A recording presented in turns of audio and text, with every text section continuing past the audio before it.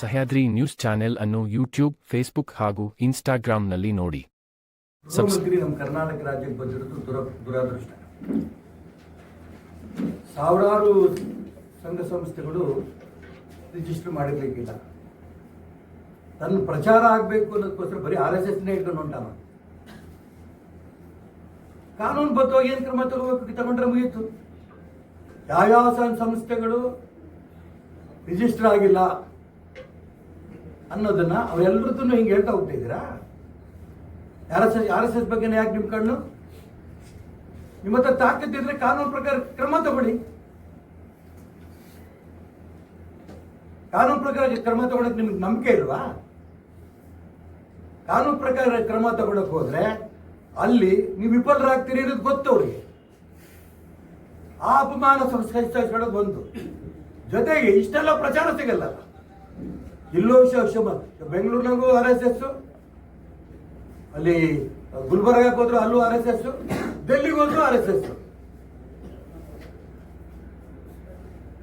ಅದಕ್ಕೋಸ್ಕರ ಹೇಳಿದೆ, ಇವತ್ತು ಖರ್ಗೆ ಅವ್ರ ತಂದೆ ಮಲ್ಲಿಕಾರ್ಜುನ್ ಖರ್ಗೆ, ರಾಹುಲ್ ಗಾಂಧಿ, ಅವರ ಅಪ್ಪ ರಾಜೀವ್ ಗಾಂಧಿ, ಅವರ ಅಜ್ಜಿ ಇಂದಿರಾ ಗಾಂಧಿ, ಅವ್ರ ಮುತ್ತಜ್ಜ ನೆಹರು, ಎಲ್ಲರೂ ಕೂಡ RSS ಒಂದು ಎಲ್ಲರೂ ನೆಲ ಕಚ್ಚೋಗಿದ್ದಾರೆ. RSS ಸುದ್ದಿಗೆ ಬಂದಿರೋದ್ರಿಂದ ಪ್ರಿಯಾಂಕಾ ಖರ್ಗೆ ಅವರು ನೆಲ ಕಚ್ಚೋದ್ರಲ್ಲಿ ಯಾವ ಅನುಮಾನನೂ ಇಲ್ಲ. ನೀವ್ ಯಾವ ಲೆಕ್ಕ ಕೇಳಕ್ಕೆ ಒಂದು ಪೈಸಾ ಕೊಟ್ಟಿದೀಯಾ? ಯಾರ್ಯಾರು ದುಡ್ಡು ಕೊಟ್ಟಿದ್ದಾರೆ, ಯಾವ್ಯಾವ ಟ್ರಸ್ಟ್ ಸಮಾಜ ಸೇವೆ ಮಾಡ್ತಿದ್ದಾರೆ, ಅವರೆಲ್ಲರೂ ಕೂಡ ಆ ಲೆಕ್ಕ ಕೊಟ್ಕೋತಿದ್ದಾರೆ. ಸಾವಿರಾರು ಟ್ರಸ್ಟ್ಗಳಿದೆ RSS ನೇತೃತ್ವದಲ್ಲಿ. ಇವನಿಗೆ ಲೆಕ್ಕ ಕೊಡಬೇಕು ಅಂತಿಲ್ಲ. ಲೆಕ್ಕ ತಗೊಳ್ಳೋಂಥ ಸಂಸ್ಥೆಗಳಿದಾವೆ ನಮ್ಮ ದೇಶದಲ್ಲಿ, ನಮ್ಮ ರಾಜ್ಯದಲ್ಲಿ. ಆ ಸಂಸ್ಥೆಗಳಿಗೆ ಲೆಕ್ಕ ಕೊಡ್ತಾ ಇದ್ದಾರೆ, ಲೆಕ್ಕ ಅವ್ರು ತಗೋತಾ ಇದ್ದಾರೆ. ಸಾರ್ವಜನಿಕ ಸ್ಥಳಗಳನ್ನ ಬಳಸಂಗಿಲ್ಲ ಅನ್ನೋದು ಕೂಡ ಅವ್ರದ್ದು ಮಾತು. ಯಾರು ಹೇಳಿದ್ರು? ಹಂಗಾದ್ರೆ ಕಾಂಗ್ರೆಸ್ ಯಾವ್ದು ಸಭೆ ಮಾಡ್ಬೇಡ್ರಿ. ಸಾರ್ವಜನಿಕ ಸಭೆಗಳು ಮಾಡ್ತಿಲ್ವಾ? ರಿಜಿಸ್ಟ್ರೇಷನ್ ಆಗಿಲ್ಲ ಏನು? ಅದಕ್ಕೆ ಹೇಳ್ತಿರದ್ರಿ, ಲೈಸೆನ್ಸ್ ಕೊಡ್ಬೇಡಿ. ಚಿತ್ತಾಪುರದ ಲೈಸೆನ್ಸ್ ಕೊಟ್ಟು ಪರ್ಮಿಷನ್ ಕೊಡ್ಲಿಲ್ಲ. ನಮ್ಮ ದೇಶದಲ್ಲಿ ಕಾನೂನು ಬದ್ಧವಾಗಿ RSS ಹೋಗೋದು. ಕಪಾಳ ಕೊಡ್ದಂಗೆ ಕೋರ್ಟ್ ಹೇಳ್ತು, ಮರ್ಯಾದೆಯಿಂದ RSS ರೂಟ್ ಬಾರ್ಗೆ ಅವಕಾಶ ಕೊಡಿ ಅಂತ. ಈ ದೇಶದ ಮಣ್ಣು ಇಂಚಿಂಚಿಗೂ ಕೂಡ, ಈ ದೇಶದ ಪ್ರತಿಯೊಬ್ಬ ಭಾರತೀಯಂದು ಕೂಡ, ಇವನೇನೋ ಒಬ್ಬ ಮಂತ್ರಿ ಆಗ್ಬಿಟ್ಟೆ ಅಂತ ತಕ್ಷಣ ನಾನು ಮಂತ್ರಿಯಾಗಿ ನಿಮಗೆ ಹೇಳ್ತಾ ಇದ್ದೀನಿ, ಖರ್ಗೆ ಆಗಿ ಹೇಳ್ತಾ ಇಲ್ಲ. ಮಂತ್ರಿಯಾಗಿ ಹೇಳೋದಕ್ಕೆ ಅಧಿಕಾರ ನಿಮ್ಗೆ ಕೊಟ್ಟಾನೆ ಅವನು. ನನ್ಗೆ ತುಂಬಾ ನೋವಾಗ್ತಿರೋ ಅಂದ್ರೆ, ಅಷ್ಟು ದೊಡ್ಡ ಮನುಷ್ಯರು ಮೋಹನ್ ಜಿ ಭಾಗವತ್ ಅವರು ಈ ಚಿಲ್ಲರೆಗೆ ಅವರು ಉತ್ತರ ಕೊಟ್ಟರು. ಅವಶ್ಯಕತೆ ಇರಲಿಲ್ಲ. ಇಡೀ ದೇಶದ ಸುದ್ದಿ, ಫೋಟೋ, ಟಿವಿ ಬರಬೇಕು.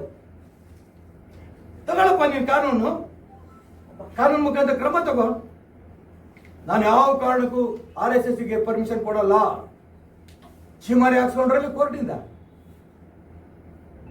ಇಡೀ ದೇಶದಲ್ಲಿ, ಕರ್ನಾಟಕ ರಾಜ್ಯದಲ್ಲಿ ಸಾವಿರಾರು ಕಡೆ RSS ಮೆರವಣಿಗೆಗಳು ಆಯ್ತು. ಒಂದು ಕಡೆ ಒಂದು ಗಲಾಟೆ ಆಗ್ಲಿಲ್ಲ. ಭಾರತ್ ಮಾತಾ ಕಿ ಜೈ, ವಂದೇ ಮಾತರಂ ಅಂತ ಲಕ್ಷಾಂತರ ಯುವಕರು ಬೀದಿನಲ್ಲಿ ಮೆರವಣಿಗೆಗಳು ಮಾಡಿದ್ರು. ತಡ್ಕೊಳಕ್ಕಾಗ್ತಿಲ್ಲ. ಇಷ್ಟು ದೊಡ್ಡ ಸಂಘಟನೆ ಬೆಳೀತಾ ಇದೆ. ಇಡೀ ದೇಶದಲ್ಲಿ ಕಾಂಗ್ರೆಸ್ ಮುಗಿಸಾಗಿದೆ. ಇನ್ನು ಕರ್ನಾಟಕ ರಾಜ್ಯದಲ್ಲಿ ಕಾಂಗ್ರೆಸ್ ಇವ್ರು ಮುಗಿಸ್ಬಿಡ್ತಾರೆ. ಹಂಗಾಗಿ RSS ಅಂತ ಬಡ್ಕೋತಾ ಇದೆ. ನಿನ್ನ ಎದುರಿಗೇನೆ ನಿಮ್ಮ ರಾಜ್ಯಸಭಾ ಸದಸ್ಯರು ಕಳೆದ ಬಾರಿ ವಿಧಾನಸೌಧದಲ್ಲಿ ಪಾಕಿಸ್ತಾನ ಜಿಂದಾಬಾದ್ ಅಂತಂದ್ರು. ನಿಮಗೆ ನಾಚಿಕೆ ಆಗ್ಲಿಲ್ವಾ? ಆ ಬಗ್ಗೆ ಕ್ರಮ ತಗೊಂಡ್ರ? ರಿಜಿಸ್ಟ್ರೇಷನ್ ಎಷ್ಟು ಮುಸ್ಲಿಂ ಸಂಘಟನೆ ಬಗ್ಗೆ ನೀವು ರಿಜಿಸ್ಟ್ರೇಷನ್ ಆಗದೇ ಇರೋ ಸಂಸ್ಥೆ ಬಗ್ಗೆ ಮಾತಾಡ್ತಿದ್ರಿ. ಕ್ರಮ ತಗೊಳ್ಳೋದು ನಿಮ್ಗೆ ಆಗಲ್ಲ. ನಾನು ಅದಕ್ಕೋಸ್ಕರ ಹೇಳಿದೆ, ಇಂಥ ಚಿಲ್ಲರೆಗೆ ಉತ್ತರ ಕೊಡಬೇಡಿ ಅಂತ ನಾನು ಮೋಹನ್ ಜಿ ಭಾಗವತ್ರಿ ಪ್ರಾರ್ಥನೆ ಮಾಡ್ತೀವಿ. RSS ಅನ್ನು ಯಾರು ಏನು ಮಾಡಕ್ ಆಗಲ್ಲ. ಅದ್ರ ಜೊತೆಗೆ ಸೆಕ್ಯೂರಿಟಿ ಯಾರು ಅದಕ್ಕೆ ಕೇಳಿದ್ ಇವನು ಯಾವನು ಅಂತ. ಇಡೀ ದೇಶದಲ್ಲಿ, ಇಡೀ ಪ್ರಪಂಚದಲ್ಲಿ ಕೋಟಿ ಕೋಟಿ ಯುವಕರನ್ನ ಇಟ್ಕೊಂಡಿರುವಂತ ಸಂಸ್ಥೆ RSS. ಅದ್ರ ನಾಯಕ ಅಂತ ನಾಯಕರಿಗೆ Z+ ಕೊಡೋದು ಇನ್ನೇನು ಕೊಡ್ಬೇಕ್ರಿ? ಭಯೋತ್ಪಾದಕ ಚಟುವಟಿಕೆಗಳು ಈ ದೇಶದಲ್ಲಿ ಜಾಸ್ತಿ ಇದೆ. ರಾಷ್ಟ್ರಭಕ್ತರು ನಿರ್ಮಾಣ ಮಾಡ್ತಾರಂತ RSS ಸಂಸ್ಥೆ ನೇತಾ ಅವರ ಜೀವಕ್ಕೆ ಬಹಳ ಬೆಲೆ ಇದೆ, ಅದಕ್ಕೋಸ್ಕರ Z+ ಕೊಟ್ಟಿದ್ದಾರೆ. ಇವನು ಯಾವನ್ ಕೇಳೋದಿಕ್ಕೆ? ಇವನ್ ಕೇಳಿದಕ್ಕೋಸ್ಕರ ಕೊಡೋದು ಬಿಡೋದಲ್ಲ. ನಾನು ಅದಕ್ಕೋಸ್ಕರ ಇಷ್ಟೊಂದು ಇಂಪಾರ್ಟೆನ್ಸು ಖಂಡಿತ ಕೊಡಬಾರ್ದು. ನೀವು ಇಂಪಾರ್ಟೆನ್ಸ್ ಕೊಡ್ಬೇಡಿ ಅಂತ ಹೇಳ್ತಾರೆ. ಲೆಕ್ಕದಲ್ಲೂ ಅಮೆರಿಕಕ್ಕೆ ಹೋಗ್ತಾರೋ ಎಲ್ಲಿ ಬೇಕಾದ್ರೂ ಹೋಗ್ತಾರೋ, ಕೇಳೋರು ಲೆಕ್ಕ ಕೇಳೋರು ಕೇಳಿ ಕೊಡ್ತಾರೆ. ಇವನ್ ಏನ್ ಸಂಬಂಧ RSS ಗೂ ಇವನ್ಗೆ? ದುಡ್ಡಿನ ಬಗ್ಗೆ ಕೇಳೋಕ್ಕೆ, ಅಕೌಂಟ್ ಬಗ್ಗೆ ಕೇಳೋದಕ್ಕೆ, ರಿಜಿಸ್ಟ್ರೇಷನ್ ಬಗ್ಗೆ ಕೇಳೋಕ್ಕೆ ನೀವ್ ಯಾರು? ಮಂತ್ರಿನಾ? ಕಾನೂನು ಪ್ರಕಾರ ಕ್ರಮ ತಗೋ. ಸಾಮಾನ್ಯ ಜನರಿಗೆ ಅರ್ಥ ಆಗುತ್ತೆ. ಪ್ರಿಯಾಂಕಾ ಖರ್ಗೆಗೆ ಬಹಳ ದೊಡ್ಡ ಮನುಷ್ಯ ಕೊಟ್ಟಿದ್ದಾನೆ, ನಿರ್ನಾಮ ಹೋಗ್ತಾರೆ. ಯಾರ್ಯಾರು ಇದು ತುರ್ತು ಪರಿಸ್ಥಿತಿನಲ್ಲಿ ಬ್ಯಾನ್ ಮಾಡಿದ್ರು. ಹುಡುಗರ ಶ್ರೀಮತಿ ಇಂದಿರಾ ಗಾಂಧಿ ಅವರು. ಅದಕ್ಕೆ ಹೇಳ್ತಾರೆ ವಿನಾಶಕಾಲಿ ವಿಭೃತಿ ಬುದ್ಧಿ ಅಂತ. ಬುದ್ಧಿನೂ ಇಲ್ಲ, ಲದ್ದಿನೂ ಇಲ್ಲ ಅವನ ಹತ್ರ. ಅಯೋಗ್ಯ. ನಾನು ಅದಕ್ಕೋಸ್ಕರ ಹೇಳ್ತಿರೋದು, ಬಹಳ ದೊಡ್ಡವ್ರಿಗೆ ನಾನು ಪ್ರಾರ್ಥನೆ ಮಾಡ್ತೀನಿ, ಇವನಿಗೆ ತಳ್ಬಿಡಿ. ಕಸ ಇದ್ದಂಗಿದು. ಈ ಕಸಕ್ಕೆ ಉತ್ತರ ಕೊಡಬೇಡಿ. ಇದು ತಗೊಂಡ ಡಸ್ಟ್ಬಿನ್ ಅಲ್ಲಿ ಅನೇಕ ರಾಜ್ಯಗಳಲ್ಲಿ ಕಾಂಗ್ರೆಸ್ ಪಕ್ಷಕ್ಕೆ ಹಾಕಾಗಿದೆ.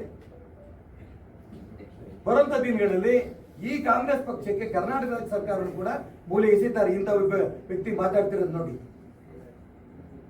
RSS ಸ್ವಯಂ ಸೇವಕರಿಗೆ ಇಡೀ ಕರ್ನಾಟಕ ರಾಜ್ಯದಲ್ಲಿ ನಿಜಕ್ಕೂ ಕೂಡ ಇಂಥ ಚಿಲ್ಲರೆ ನಮ್ಮಂತ ಸಂಸ್ಥೆ ಬಗ್ಗೆ ಮಾತಾಡ್ತಾ ಇರೋಂಥ ನೋವಿದೆ. ಅದನ್ನ ಎಲ್ಲ ಸ್ವಯಂ ಸೇವಕರು ಕೂಡ ಬರುವಂತ ಚುನಾವಣೆಯಲ್ಲಿ ಅದಕ್ಕೆ ಸರಿಯಾದ ಉತ್ತರ ಕೊಡ್ತಾರೆ. ಸರ್, ಗ್ಯಾರಂಟಿ ಯೋಜನೆಗಳ ಪರಿಷ್ಕರಣೆಯಿಂದ ಗ್ಯಾರಂಟಿ ಯೋಜನೆಗಳ ಪರಿಷ್ಕರಣೆ ಜನರು ಮತ್ತೆ ಗೊಂದಲ ಆಗ್ಬಿಟ್ಟಿದ್ದಾರೆ. ರೆಕಾರ್ಡ್ಸ್ಗಳು ಮತ್ತೆ ಕೊಡ್ಬೇಕು, ಆಧಾರ್ ಕಾರ್ಡ್ ಕೊಡ್ಬೇಕು. ನೋಡಿ ಇವರೇ, ಗ್ಯಾರಂಟಿ ಅದು ಇದು ಅಲ್ಲ. ಸರ್ಕಾರವೇ ಗ್ಯಾರಂಟಿ ಇಲ್ಲಲ್ಲ. ಸರ್ಕಾರ ಗ್ಯಾರಂಟಿ ಇದೆಯಾ? ಮೊನ್ನೆ ತನಕ ಸಿದ್ದರಾಮಯ್ಯನೇ 28 ತನಕ ಅವ್ರೆ, 28 ತನಕ ಮತ್ ಮುಂದವ್ರೆ ನಾನೇ ಮುಖ್ಯಮಂತ್ರಿ, ನಾನೇ ಮುಖ್ಯಮಂತ್ರಿ, ನಾನೇ ಮುಖ್ಯಮಂತ್ರಿ. ಏನಾಯ್ತು ಅವ್ರ ಪರಿಸ್ಥಿತಿ? ಸರ್ಕಾರವೇ ಇಲ್ಲ ಅನ್ನೋ ಪರಿಸ್ಥಿತಿಯಲ್ಲಿ ಗ್ಯಾರಂಟಿ ಇರೋದಲ್ಲ. ಯಾವ ಈಗ ಬರೀ ಶಿವಮೊಗ್ಗ ನಗರದ್ದೇ ತಗೊಳ್ಳಿ. ಈ ಸರ್ಕಾರ ಬಂದ ಮೇಲೆ ಎಷ್ಟು ದುಡ್ಡು ಬಂದಿದೆಯಪ್ಪ? ಎಲ್ಲಾ ಸಮುದಾಯ ಭವನಗಳು ಅರ್ಧಕ್ಕೆ ನಿಂತಿದೆ. ಎಲ್ಲಾ ಸಮಾಜದ್ದು ಕೂಡ ₹1 ಬರ್ತಾ ಇಲ್ಲ.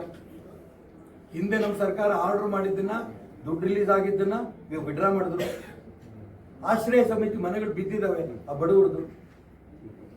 ಈ ದುಡ್ಡಿಲ್ಲದಕ್ಕೋಸ್ಕರ ಏನೇನೋ ಸರ್ಕಸ್ ಮಾಡ್ತಾರೆ. ಯಾವ ಕಾರಣಕ್ಕೂ ಗ್ಯಾರಂಟಿ ನಿಲ್ಸಲ್ಲ. ಪ್ರಚಾರ ಸಾಕಷ್ಟು ಮಾಡ್ತಾ ಇದ್ದಾರೆ. ಬಡವರಿಗೆ ಏನು ಇದರಿಂದ ಅನುಕೂಲ ಆಗ್ತಾ ಇದೆ. ಸರ್, ರಾಧಾ ಮೋಹನ್ ದಾಸ್ ಅಗರ್ವಾಲ್ ಅವರು ಬಿಜೆಪಿ ಜಿಲ್ಲಾ ರಾಜ್ಯ ಉಸ್ತುವಾರಿ ಅಂತ ಮೊನ್ನೆ ಕರ್ನಾಟಕಕ್ಕೆ ಬಂದಾಗ ಬಿಜೆಪಿಯಿಂದ ಉಚ್ಚಾಟನೆಗೊಂಡಂತಹ ನಾಯಕರ ಮರು ಸೇರ್ಪಡೆ ತಳ್ಳಿ ಹಾಕುವಂತಿಲ್ಲ ಅಂತೇಳಿ ಒಂದು ಪ್ರತಿಕ್ರಿಯೆ ಕೊಟ್ಟಿದ್ದಾರೆ. ಅದಕ್ಕೆ ತಮ್ಗೇನು ಒಪಿನಿಯನ್ಸ್?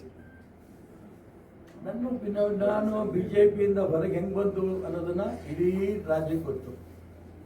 ಒಂದು ಸಿದ್ಧಾಂತ, ಹಿಂದುತ್ವ, ಒಂದು ವಿಚಾರ, ಇದಕ್ಕೋಸ್ಕರ ನಾನು ಇವತ್ತು ಹೊರಗೆ ಬಂದಿರೋದು. ಕುಟುಂಬ ರಾಜಕಾರಣವನ್ನು ವಿರೋಧ ಮಾಡಿ ಹೊರಗೆ ಬಂದಿದ್ದು. ಸಾಮೂಹಿಕ ನೇತೃತ್ವ ಬೇಕು ಅಂತ ಹೊರಗೆ ಬಂದಿರೋದು. ಈಗ ಅವ್ರು ಹೇಳ್ತಾ ಇದ್ದಾರೆ, ನಾನು ನೀವು ಪತ್ರಿಕೆ ಟಿವಿನಲ್ಲಿ ನೋಡಿ ನಾನು ಅವ್ರ ಹತ್ರ ಮಾತಾಡಿಲ್ಲ. ಆದರೆ ನನ್ನ ಹೃದಯ ಪೂರ ಬಿಜೆಪಿಲೇ ಇದೆ. ಯಾವತ್ತೂ ಯಾವನ್ನ ತಗೋಬೇಕು ಅಂತಿಲ್ಲ. ನನ್ನ ಹೃದಯ ಬಿಜೆಪಿನಲ್ಲೇ ಇದೆ. ಶರೀರ ಯಾವತ್ತು ಬಂದು ಬಿಜೆಪಿಯಲ್ಲಿ ಹೋಗ್ಬೇಕು ಅನ್ನೋದನ್ನ ದೊಡ್ಡವರತ್ತೆ ಚರ್ಚೆ ಮಾಡಿ ತೀರ್ಮಾನ ಮಾಡ್ತೀನಿ. ಯಾಕಂದ್ರೆ ನಾ ಯಾವ ಸಿದ್ಧಾಂತದಿಂದ ಹೊರಗೆ ಬಂದಲ್ಲ, ಅವು ಚರ್ಚೆ ಆಗ್ಬೇಕು ತಾನೆ. ದಡ್ಡಂತ ಹೋಗೋದು, ಒಂದು MLA ಆಗೋದು, ಒಂದು ಮಂತ್ರಿ ಆಗೋದು, ಅಧಿಕಾರ ಹೋದ್ರೂ ಪರವಾಗಿಲ್ಲ ಅಂತ ಫೈಟ್ ಮಾಡ್ಕೊಂಡು ಬಂದವ್ ನಾನು. ಅಲ್ಲ, ಅಗರ್ವಾಲ್ ಈ ಸಂಸ್ಥೆ ಉಳಿಬೇಕು, ಈ ಸಿದ್ಧಾಂತ ಉಳಿಬೇಕು. ಇವತ್ತು ಎಲ್ಲ ಚುನಾವಣೆಗಳು ಸೋಲ್ತಾ ಇದ್ವಿ. ಜನ ಪಕ್ಷ ಇದೆ ಅನ್ನೋದೊಂದು ಅಲ್ಲಿ ಮೋದಿ ಕೊಟ್ರು. ಈ ರಾಜ್ಯದ ಎಲ್ಲ ಸೋತರು. 25 ಸ್ಥಾನ ಗೆದ್ದಿದ್ವಿ MP ಗೆ, 17ಕ್ಕೆ ಬಂದ್ವಿ. ಅದು ಕೂಡ JDS ಜೊತೆ ಹೊಂದಾಣಿಕೆಯಿಂದ. ಇಲ್ಲ 245 ಹೋಗೋದು. ಅಲ್ಲಿಂದ ಉಪಚುನಾವಣೆಗಳು, 3 ಉಪಚುನಾವಣೆ ಮತ್ತು ಅದು ಸೋತ್ವಿ. ಮೊನ್ನೆ ದಾವಣಗೆರೆ ಮತ್ತು ಬಾಗಲಕೋಟೆ ಸೋತ್ವಿ. ಜನ ನಿಮ್ಮ ಸಿದ್ಧಾಂತವನ್ನು ಒಪ್ತಾರನ್ನ ಇದೇ ರೀತಿ ಮುಂದುವರೆದ್ರೆ ನಮ್ಮ ಪಕ್ಷದ ಸ್ಥಿತಿ ಬಹಳ ಹಾಳಾಗತ್ತೆ. ನೋವಿಂದ ಹೇಳ್ತಾ ಇದ್ದೀನಿ. ಇದು ಸರಿ ಹೋಗ್ಬೇಕು, ಸರಿ ಹೋಗುತ್ತೆ, ಇದರಲ್ಲೇನು ಅನುಮಾನ ಇಲ್ಲ. ಇವತ್ತು ಯಾರು ಒಳಗೆ ಬರಬೇಕು, ಯಾರು ಹೊರಗೆ ಬೇಕು ಅನ್ನೋದನ್ನ ಕೇಂದ್ರ ನಾಯಕರ ಜೊತೆ ಕೂತು ಚರ್ಚೆ ಮಾಡಿ ಆಮೇಲೆ ನಾವು ತೀರ್ಮಾನ ತಗೋತೀವಿ. ಸರಿ ಮಾಡುವಂತ ಪ್ರಯತ್ನ ಆರಂಭ ಆಗಿದೆ ಸರ್. ಹಾ? ಸರಿ ಮಾಡುವಂತ ಪ್ರಯತ್ನ ಆರಂಭ ಆಗಿದೆಯಾ? ಗರ್ವಾಪಸಿನ ಸಾಧ್ಯತೆನಾ? ಅಲ್ಲಿ ಹೇಳುವಂತ ಲೋಪಗಳನ್ನ ಸರಿ ಮಾಡಿಸುವಂತ ಒಂದು ಪ್ರಯತ್ನ ನಡೆದಿದೆಯಾ? ಗೊತ್ತಿಲ್ಲ ನನಗೆ. ನಾನು ಮಾತಾಡಿ ತೀರ್ಮಾನ ತಗೋತೀನಿ ಅಂತ ಅದಕ್ಕೆ ಹೇಳಿದ್ದು. ನಾನು ಇಡೀ ರಾಜ್ಯದ ಭಾರತೀಯ ಜನತಾ ಪಾರ್ಟಿ ಸರಿ ಹೋಗ್ಬೇಕು, ನನ್ನೊಬ್ಬನ ಅಭಿಪ್ರಾಯ ಅಲ್ಲ. ಎಲ್ಲ ಜಿಲ್ಲೆಗಳಲ್ಲೂ ಕೂಡ ಈ ಪಕ್ಷವನ್ನ ಕಟ್ಕೊಂಡ್ಬಂದಂತ ಸಾವಿರಾರು ಕಾರ್ಯಕರ್ತರು ನೋವಲ್ಲಿದ್ದಾರೆ. ಈ ಸರಿ ಹೋಗ್ಬೇಕು, ಸರಿ ಹೋಗ್ಬೇಕು, ಸರಿ ಹೋಗ್ಬೇಕು ಅಂತ. ಸರಿ ಹೋಗತ್ತೆ, ಅದಕ್ಕೆ ಪ್ರೋಸೆಸ್ ಶುರು ಆಗಬೇಕು, ಆಗತ್ತೆ.